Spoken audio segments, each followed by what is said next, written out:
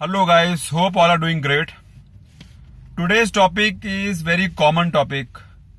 किसी के साथ में कभी भी जानबूझ के गलत मत करो, बिकॉज जानबूझ के गलत किया हुआ काम, बुली करने वाला काम, किसी का नुकसान के इंटेंशन से किया हुआ काम, वो हमेशा आपके ऊपर आता है. भले इमीडिएटली आपको ना उसका रिजल्ट मिले, पर it can come after 5 years, 10 years, what ever time.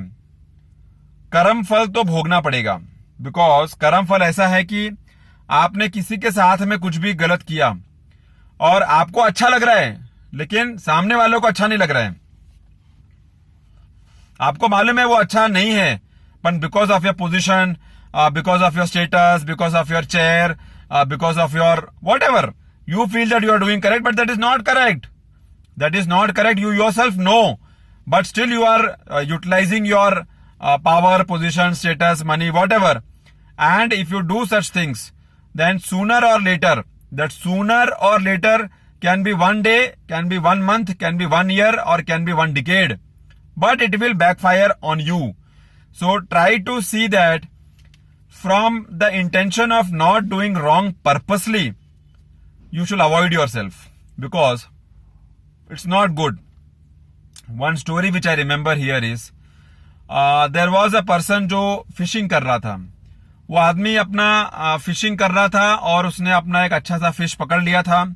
वो फिश पकड़ के खड़ा था, लेकिन तभी उस समय वहां के एरिया का एक डॉन या जो भी समझो, एक नॉन आदमी या थोड़ा रोबस्ट आदमी आया और उसने बोला कि ये फिश तो बहुत अच्छा लग रहा है, बहुत बड़ा लग रहा है, ये फिश मुझे दे दो. तो वो आदमी ने बोला कि सर, एक ही फिश मैंने पकड़ा है आज, ये आज इसी को बेच के मैं खाऊंगा या इसी बेच को मेरा घर चलेगा. मेरे पास और कोई फिश मिला नहीं है, अभी शाम हो गया है, आज का जो मेरा सेल है पूरा इसी के ऊपर डिपेंड कर रहा है सर, तो आज मुझे छोड़ दो, मेरे पास और कोई फिश नहीं है, कल जब कोई फिश आएगा ज्यादा हो जाएगा तब मैं आपको दूंगा. लेकिन वो आदमी ने उसका बात सुना नहीं. वो जो आदमी आया था बाहर से, उसने उसका बात सुना नहीं. Because of his status, he tried overpowered him and he tried to grab that fish from that fellow fisherman.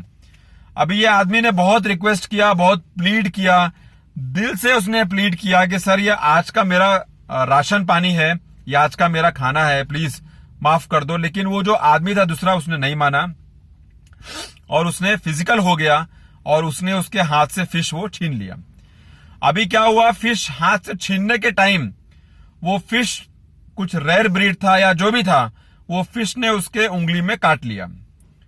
अभी उसके उंगली में जब काट लिया तो फिर भी वो नहीं माना और फिर भी उसने बोला कि चलो ये तो खाली काटा है, कोई बात नहीं है, ये फिश तो चाहिए मुझे भाई, ये फिश अभी स्टेटस सिंपल हो गया, ईगो सिंपल हो गया, फिश चाहिए. और उस आदमी जो फिशरमैन था उसको मतलब उसका सुनने को ही वो तैयार नहीं था और जबरदस्ती उसके हाथ से वो फिश लेके चला गया. ठीक है, उस दिन वो चला गया आदमी, उसने फिश को जो भी किया, खाया पिया बेचा, जो भी किया, लेकिन उसके हाथ पे जो फिश ने काट लिया था वो उसको दर्द देने लग गया. तो उसने 1 दिन देखा, 2 दिन देखा, कुछ नहीं किया. तीसरे दिन जब देखा कि वो उंगली में थोड़ा ब्लैक स्पॉट आ रहा है, तो he went and show to the doctor. And doctor ने बोला कि ओके, ये तो कुछ काटा लगता है आपको, बी काटा है या कुछ काटा है. तो उसने बोला डॉक्टर साहब एक फिश काट लिया था और आप उसका कुछ दवा दे दो so that it can get rectified. तो डॉक्टर ने भी उतना सीरियसली नहीं लिया और उसने उसको कुछ मेडिसिन दे दिया और बोला कि ठीक है, ये मेडिसिन खा लो, ये मेडिसिन लगा लो and you will be all right. Fish का काटा है तो ठीक है, हो जाएगा. उसने वो मेडिसिन लगा लिया. 2 दिन हो गया, 3 दिन हो गया, 4 दिन हो गया.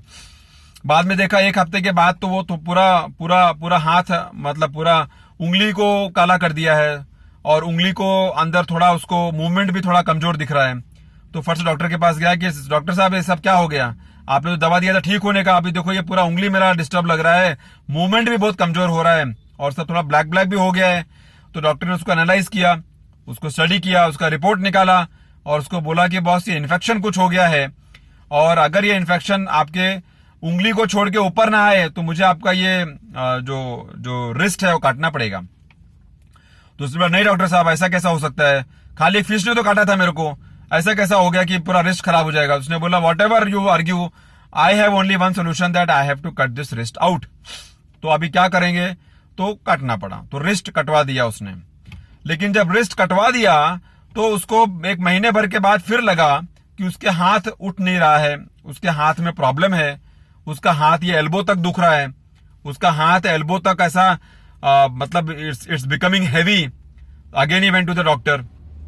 डॉक्टर ने फिर एनालाइज किया, रिपोर्ट निकाला, स्टडी किया और बोला कि ये वापस वो इन्फेक्शन आपका रिस्ट तो छोड़ दिया लेकिन अभी आपके हाथ में चढ़ गया है, वो एंकल तक पहुंच गया है। तो नेक्स्ट सोल्यूशन, तो उसने बोला ये एंकल तक आपका हाथ निकालना पड़ेगा।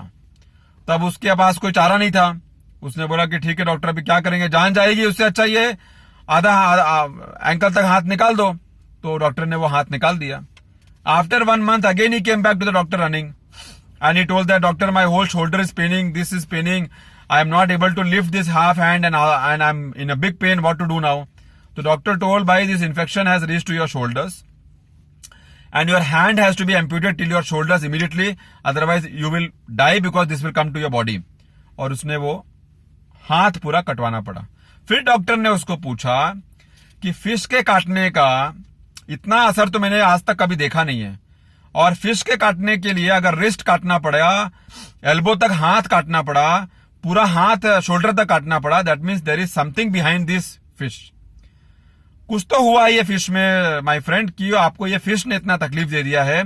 ये फिश आपको कहां से मिला था, कैसे मिला था, क्या हुआ था, कुछ बताएंगे आप? तब इस आदमी ने वो स्टोरी सुनाया डॉक्टर को कि मैंने वो फिश उस फिशरमैन से कैसे लिया था। तब डॉक्टर एक अच्छा आदमी था, उसने बोला कि ये फिश में प्रॉब्लम नहीं है, प्रॉब्लम है उस आदमी की बददुआ आपको लग गई है। वो आदमी का जो जो जो पीड़ा उसके दिल में थी वो उस फिश में आ गई है, और ये कर्मा का खेल है।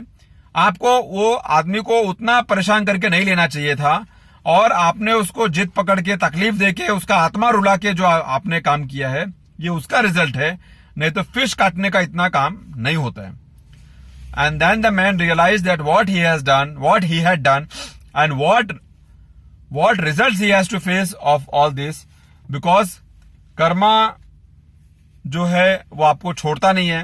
कर्म फल तो यही भोगना है, आज नहीं तो 1 साल बाद, 10 साल बाद, 20 साल बाद, लेकिन भोगना यहीं पर है।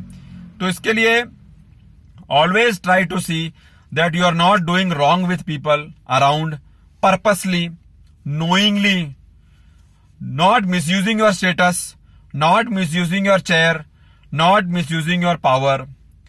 जहां तक रहे हेल्प करो, बिकॉज वो कर्मा घूम के आता है। बुली मत करो, परेशान मत करो।